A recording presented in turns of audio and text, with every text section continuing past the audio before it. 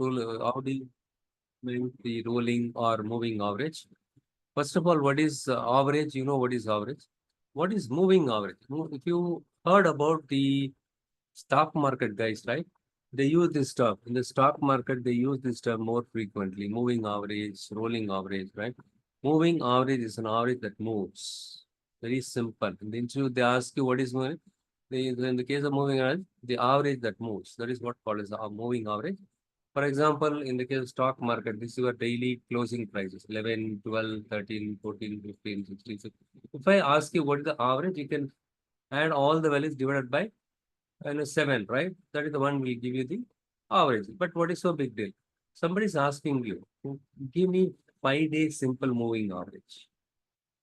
That case, you take the first, second, third, fourth, fifth value, add all the things, and divide by 5. That is your first day of 5-day simple moving average. Somebody is asking you, right? Give me the second day of moving average. Second day of 5-day moving. In that case, the first one you will not take into account. The second day, 12th, 13th, 14th, 15th, 16th. Look here, divided by 5 equal to 14. If I ask you what is the third day of 5 days simple moving average, the third day is this one, right? So 1, 2, 3, 4, 5 divided by 5 and equal to 15.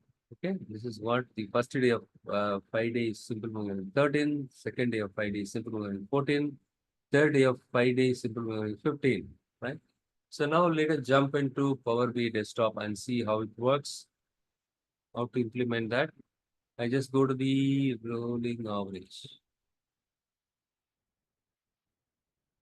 And if you see here, look at this table visual. In this case, the date column, I use it from my calendar table, and sales column, I use sales W04. N rolling average, that is the trick here. That is where I mentioned. The first two columns are very simple, right? N rolling average. I just click on this measure. This measure I already created. In this case, I've used something called variable. So whenever you use a variable, you need to prefix it with VAR. Okay, VAR. Okay, followed by that, we can specify what are the name of the variable. So the first calculate function, what it does is, look here also, we use the what if parameter and the slicer. Okay, so what it does is, it computes the total sales last date and day, okay, parameter value. So for example, here I selected 4, right? The 4 will get copied here. Look here, this 4 will get copied here behind the scene, okay? The 4, it's a day here, right? In last 4 day, you take the data and then finds out the total sales. And then what you do is last 4 days data, last 4 days, sorry, here we have taken last 4 days data, right? And here what happens, it takes how many number of days in simple term, okay? So sum in period, days in period. Here, so in this case, 4 days, right? 4 days total sales divided by 4. That is the one will give you the average, right? Now we will get into the nitty-gritty of what exactly happening. So dates in period. So as I told you, dates in period, the first argument you need to specify the date column, in which table that you use it, and then last date, okay, the recent date, okay.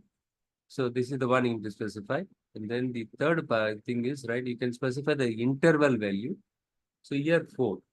If I give 4, 4-day moving average. If I select 2, 2-day moving average. Okay, the 2 will get copied. The day I need mentioned here, okay. Is the 2-day or 2 months moving average, 4 months. So this one you need to be mentioned very carefully.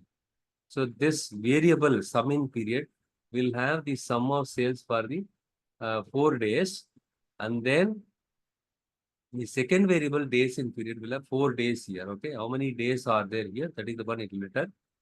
So 4 days sales divided by 4, that is the one will give you, that is what I mentioned. Sum in period I copied here. The denominator I put days in period. That's all, guys. See how helpful the variables, right? So you can define variable. In the interview, they'll ask you, oh, no, what is a variable? Variable, as the name suggests, it takes any value. In DAX, you need to first type the keyword where, followed by that, you need to specify the variable name.